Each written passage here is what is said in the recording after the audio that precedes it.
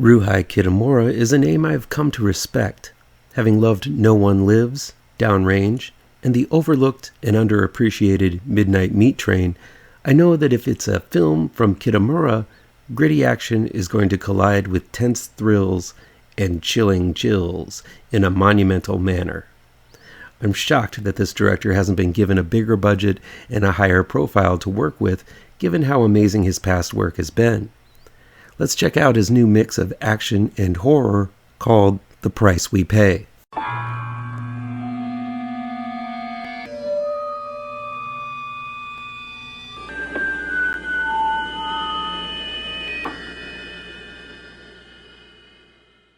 Welcome back to ML Miller Frights.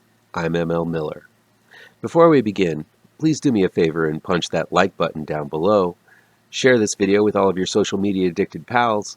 Click subscribe to this channel and ring that bell for notifications. The Price We Pay is new on-demand and digital download from Lionsgate. It's directed by Ryûhei Kitamura and written by Christopher Jolley and Ryûhei Kitamura. When a pawn shop robbery doesn't go as planned, criminals Cody, played by Stephen Dorff, Alex, played by Emil Hirsch, and Shane, played by Tanner Zagarino, find themselves wounded, without a car, and on the run from the cops. They take a hostage named Grace, played by Gigi Zombado, who provides them with a car that works for a short bit, but soon her vehicle breaks down and the four are forced to take shelter in a nearby farm.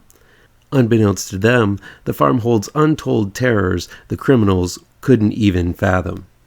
It's a tried and true concept in horror. A group of criminals on the run encounter horrors even more evil than themselves.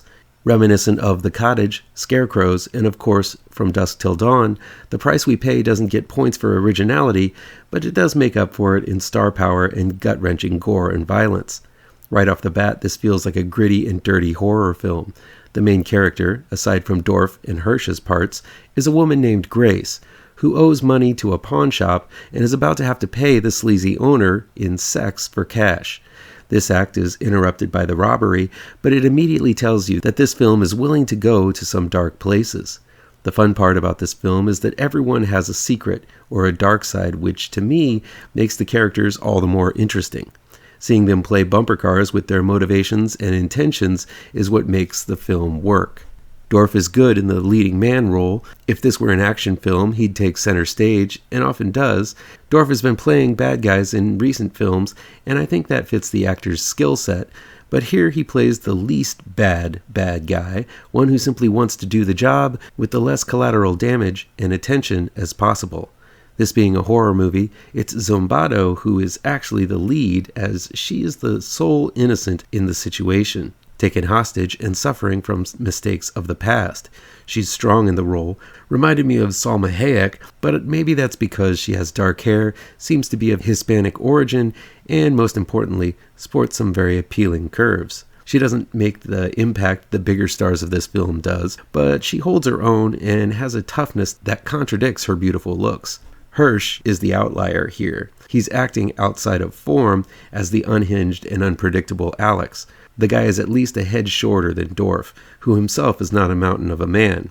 His slight physicality does not support his tough guy attitude, and out of everyone in this film, he's the least convincing at the character he plays. A lot of the lines he delivers come off as sort of laughable, as he just does not feel threatening.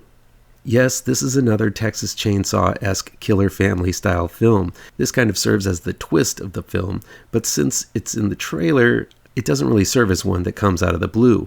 One of the things that I've loved about Ryûhei Kitamura's previous films is the unpredictability of where the story goes. Both Downrange and No One Lives provides twists and turns that completely pulled the carpet out from under my expectations. Just having TCM Family Light show up in the middle doesn't compare, and it definitely disappointed me. Now, I love the inbred killer family subgenre of horror, and I love Kitamura's past films, but even I can look past my bias and see that this is one of Kitamura's more lackluster efforts. There is some very graphic violence and some brutal gore, a hint of perversion, but for the most part, it isn't much different from the 1,000,001 other killer family films out there.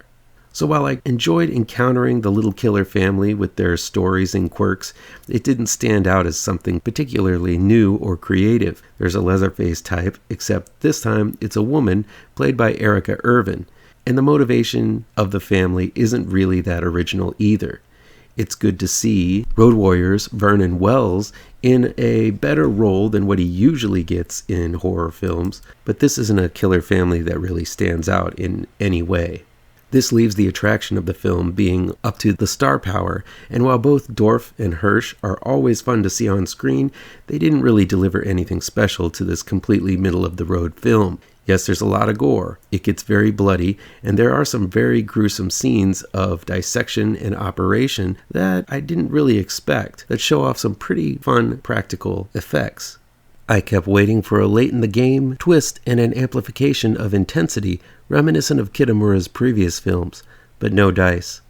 It ends on a gore set piece, which I must admit is silly, complex, and bloodily impressive.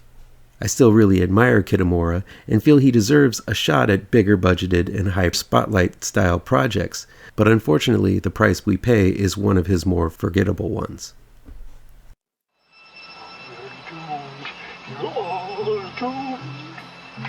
You're doomed